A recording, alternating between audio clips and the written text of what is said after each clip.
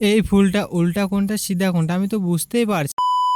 Hello বন্ধুরা, আমি হচ্ছে মঞ্জয় বৌমাসানে কাজ করি। ছোট্ট একটা মিনি ব্লগ নিয়ে চলে আসছে। তো মিনি ব্লগটা দেখো। তো কাজ শুরু করার আগে তোমরা এটা দেখে নাও। এই ফুলটা আমি বুঝতেই পারছি না বন্ধুরা, উল্টা কোনটা সিধা কোনটা। তার কারণ তোমরা হয়তো বুঝতে পেরে গেছো। মনে করো এদিকে ফুলটা, ফুলের ধরনটা কিভাবে হয়ে আছে তোমরা দেখতে পাচ্ছ। যে ফুলটা ফুটেছে সেদিকে ডান্টিটা মনে করো উপরে হয়ে এরকম হয়ে আছে। তোমরা হয়তো সিম্পল তোমাদেরকে দেখাই দিচ্ছি, মানে জবা ফুলের ডান্ডি সিম্পল নিচের দিকে আছে, মানে উপরের দিকে আছে, মানে বুঝতেই পারছি না কিরকম এটা, মানে কি রকম হয়ে আছে। তো ওই জন্য বললাম উল্টা না সিধা, অবশ্যই তোমরা বলবে কমেন্ট করে। তো চলো তোমাদেরকে দেখাচ্ছি এখন কাজ তো গুলো। তো তোমরা দেখতে পাচ্ছ এখন তিরপালটা গুছানো হবে, কারণ আমার জীবনটা আমি গুছাতে পারছি না, তিরপালটা গুছাই আমার জীবনটা কাটাতে হবে। তারপর এখানে সব গোছানো হয়ে গেল পুরো কমপ্লিট। তারপর সামলা সামলি রেখে দিলাম।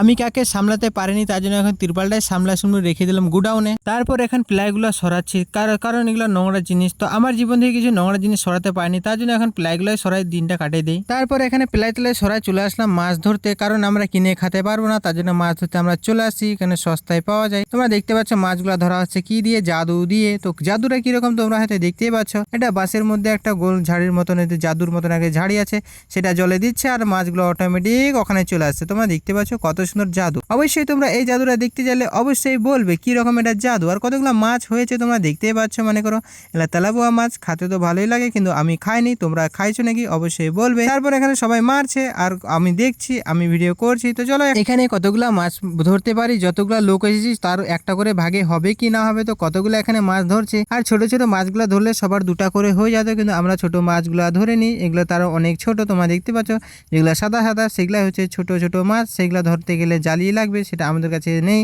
আর যতগুলো লোক আছি সবার একটা করে ভাগে হবে কি না হবে তোমরা অবশ্যই কমেন্ট করে জানাবে। তারপর এখন সব মাছ ধরছে, আমি চলে গেলাম খাতে। খাওয়া দাওয়া টাইম হয়ে গেছে, তাদের খাওয়া দাওয়া করে চলে আসলাম কংক্রিট করতে মানে আজকে কলম ঢালাই হবে। তোমরা হয়তো জানোই সেই কলমগুলো এখন ভরাই হবে। এটা না বন্ধুরা, ওই দেখো পিছনের দিকে তোমাদেরকে জুম করে দেখা দিচ্ছি, ওইগুলো হবে কলম কংক্রিট।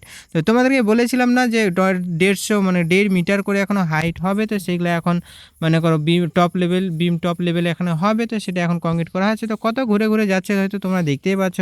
আর করতে করতে পুরো সন্ধ্যা হয়ে গেছে। সন্ধ্যা হয়ে যাওয়ার পর আমার লাস্টের দিকে চাকাটা পুরো খুলে যায়, তোমরা হয়তো দেখতে পাচ্ছ পুরো ব্যান্ড হয়ে যায়। আর এত জোরে গাড়ি দাবড়াচ্ছে, মানে 100-100তে গাড়ি দাবড়াচ্ছে, পুরো চাকা পুরো খুলে যাচ্ছে। তোমরা দেখতে পাচ্ছ নাট পুরো সব খুলে যাচ্ছে। আর তোমরা দেখতে পাচ্ছ এখন করতে করতে পুরো সন্ধ্যা তো হয়ে গেছে, রাতও হয়ে গেছে, এখন 10টা বাজে গেছে। এখন কখন যাব রুমে, কখন যাব রান্না বান্না করব, কখন যাই খাওয়া দাওয়া করব। তার জন্য বলি বন্ধুরা, ছেলেদের জীবন এত সহজ না।